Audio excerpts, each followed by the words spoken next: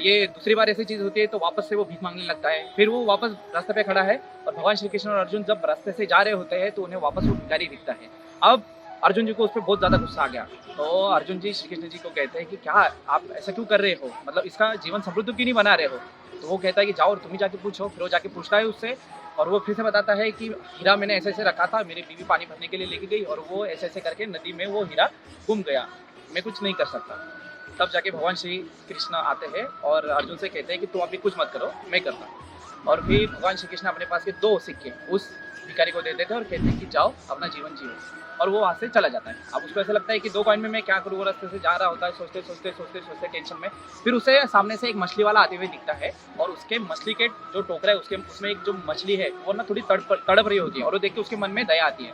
फिर वो क्या कहता है कि ये मछली की कीमत क्या है? तो फिर वो मछली वाला कहता है कि 2 कॉइन। तो ये भगवान श्री कृष्ण ने दिए हुए 2 कॉइन लेके उस मछुआरे को देता है और वो फिश हाथ से लेता है और उसको ले जाके पानी में छोड़ने लगता है। वो जैसे ही उसको पानी में छोड़ता है उसके मुंह में से एक हीरा बाहर निकलता है और इसे याद आता है कि ये वही हीरा है जो अर्जुन जी ने हमें दिया था। वो हीरा लेता है और खुश हो जाता है, अरे मिल गया मुझे मिल गया, जो चाहिए था वो मिल गया। अब ये बात थोड़ी दूर वही चोर बैठा होता है, वो चोर भी सोचता है कि यार इसने मुझे पहचान तो नहीं है। वो भागते उसके पास आता है कि भाई मुझे माफ कर दो, मैंने जो तुम्हारा गोल्ड चुराया था, सोना चुराया था, ये तुम वापस ले लो और ये वापस लेके किसी को बताना मत कि मैंने चुराया, नहीं तो सारे गाँव के जो लोग हैं मुझे मारेंगे। ऐसे करके वो गोल्ड भी उसे लौटा देता है। अभी वो भिखारी काफी खुश हो जाता है, चुराए हुआ गोल्ड और गमा हुआ हीरा, ये दोनों ही चीजें उसे मिल जाती है। अभी इस बात का मोरल क्या है? इस बात पे अगर आप सोचोगे तो भगवान श्री कृष्ण की रचाई हुई ये लीला होती है। सो मोरल ऑफ द स्टोरी का ये है जो भगवान श्री कृष्ण ने रचा हुआ है,